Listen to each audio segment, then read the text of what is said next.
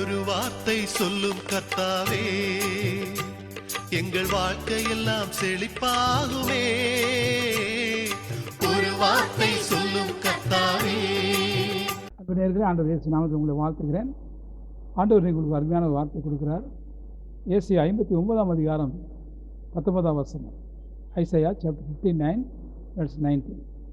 வெள்ளம் போல சத்துரு வரும்போது கர்த்தருடைய ஆவியானவர் அவனுக்கு விரோதமாக கொடியேற்றுவார். ஆமென். வெள்ளம் போல சத்துரு வரும்போது கர்த்தருடைய ஆவியானவர் அவனுக்கு விரோதமாக கொடியேற்றுவார். பிரைஸ் தான். எவ்வளோ அருமையான வார்த்தை பாருங்க. இன்றைக்கி சத்துரு வெள்ளம் போல வரானா? பிசாசு வெள்ளம் போல வரானா? ஒரு பிசாசுக்கே பயப்படுறீங்க. ஆண்டவர் வெள்ளம் போல வந்தாலும் கவலைப்படாதீங்க. வெள்ளம் அரை புரண்டு ஓடும். நீங்கள் பார்த்தீங்கன்னா இப்போ இந்த மழை காலத்தில் வட இந்தியாவிலலாம் வெள்ளம் புரண்டு ஓடும். பார்க்கவே கஷ்டமாக இருக்கும். இவ்வளோ பயங்கர வெள்ளம், அவ்வளோ பயங்கர வெள்ளம். எத்தனை வீடுகள் அடிச்சுட்டு போயிடும், மரங்கள் அடிச்சுட்டு போயிடும், ஆடு மாடுகள் அடிச்சுட்டு போயிடும். வெள்ளத்தை பார்க்கும்போது அதுக்கு ஈடு கொடுக்கவே முடியாது பாருங்க, அவ்வளோ பயங்கரமாக. அது ஆண்டு சொல்கிறாரு, பிசாசு அந்த வெள்ளம் போல வருவான், ஆனால் அவனுக்கு விரோதமாய் ஆவியான கொடியேற்றுவான். Praise God, praise God, praise God. என் அருமையான கவலைப்படாதீங்க.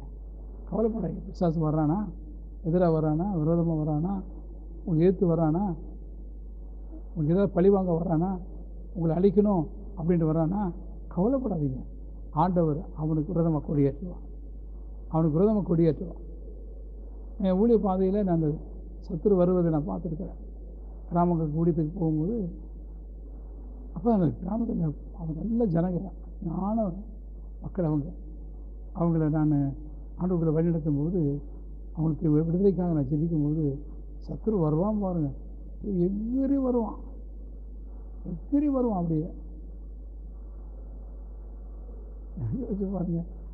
அப்படி எழுதி வரும்போது நமக்கு யார் இருக்கிறா? போலீஸாக இருக்காங்க, இல்லை நமக்கு இப்போ கூட பெரிய பெரிய பலவானா இருக்காங்க? ஒருத்தரும் கிடையாது. ஆனால் இயேசுவின் நாமத்தில் பல பேர் சாத்தானே அப்படின்னு சொல்லும்போது அந்த பிசாசு அப்படியே கீழே உருளுவான், அப்படியே போயிடுவான். அப்படி ஒரு இடத்துல இல்லை, 2 இடத்துல இல்லை, 500 600 இடத்துல அந்த மாதிரி பிசாசு மிரட்டுறாரு ஆண்டவர். சத்துரு வெள்ளம் போல வருவான், ஆனால் ஆவியான விடவே மாட்டார். ஆவியான குடியேற்றுவான்.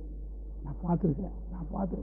நீ கவலைப்படாதீங்கம்மா, ஏன் நீ கவலைப்படாதீங்க, தம்பி கவலைப்படாதீங்க, தகச்சியை கவலைப்படாதீங்க.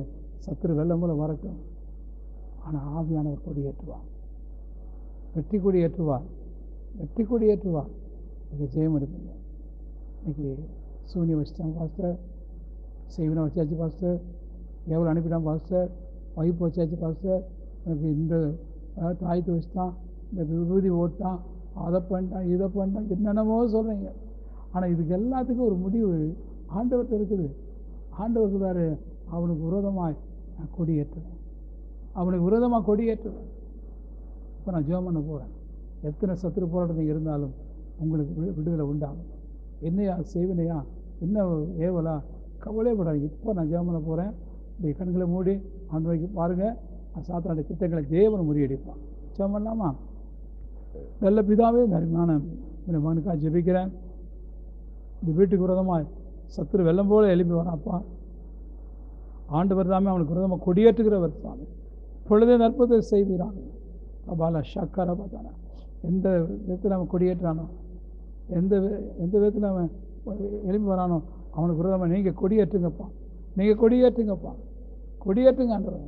வெற்றி கொடி ஏற்றுங்கப்பா. அந்த கொடியை பார்த்து, சிறுவ கொடியை பார்த்து அவன் ஓடட்டும் ஆண்டவர். இந்த ஆசீர்வாதமான இயேசுவே, உங்களுடைய நாமத்துக்கு அந்த கொடியை ஏற்றும் போது அந்த பிசாசை அலறி கொண்டு போட்டோம் ஆண்டவர். பிசாசின் கிரிகள் நிர்மூலமாகும். பிசாசின் கிரிகளை அழிக்க முடிக்க தேவனுடைய குமாரன் வெளிப்பட்டார். சாத்தான் தலையை நசுக்கினவர், சாபத்தை முறித்தவர், சத்துருவின் கிரிகளை நிர்மூலமாக்கினவர் இந்த நேரத்தில் இறங்கி வருகிறதுக்காக ஸ்தோத்திரம். உமக்கு ஸ்தோத்திரம். அருமையான மகனை ஆண்டவரே நீர் விடுதலாக்கி, அந்த அருமையான அம்மாவை நீர் விடுதலாக்கி காக்கும்படி இப்பொழுதே இறங்கி வருவாங்க. ஆவியான கொடியேற்றுவீராக. சாத்தான் அடித்து பிடிச்சி ஓடட்டும் ஆண்டவர், அறக்க பறக்க ஓடட்டும் ஆண்டவர். துண்டக்காணும் துணியக்காணும் என்று ஓடி ஒளியட்டு சாமி. மகளுக்கு வெற்றியை கொடுங்க, மகனுக்கு வெற்றியை கொடுங்க. இப்பொழுதே நீ கொடுக்குற கிருபைக்காக ஸ்தோத்திரம். இயேசுவின் நாமத்தில் ஜெபித்து ஜெயித்திருக்கிறோம் என் நல்ல பிதாவே. ஆமென். நேயர்களே, கவலைப்படாதீங்க. சாத்தான கதை வரைச்சி அடிச்சிட்டாரு. நீ பயமில்லாமல் தூங்குங்க, பயமில்லாமல் வேலைக்கு போங்க, பயமில்லாமல் காரியங்களை ஒழுங்கு செய்யுங்க. ஆண்டவர் அற்புதங்கள் செய்வான். மீண்டும் அடுத்த நிகழ்ச்சியில் சந்திக்கலாம். இயேசுவை மட்டும் விட்டுறாதீங்க. அவர் தான் நமக்கு எல்லாத்துக்கும் எல்லாமா இருக்கிறவர். அவர் இருந்தார்னா எந்த சத்துரும் உங்களை ஜெயிக்க முடியாது. நீங்கள் தான் ஜெயிப்பீங்க. ஆண்டவர் கிருபை உங்களுக்கு இருப்பதாக. ஆமென். வார்த்தையிலே சுகம், வார்த்தையிலே மதுரம், வார்த்தையிலே எல்லாம் சந்தோஷம். வார்த்தையிலே சுகம், வார்த்தையிலே மதுரம், வார்த்தையிலே எல்லாம் சந்தோஷம்.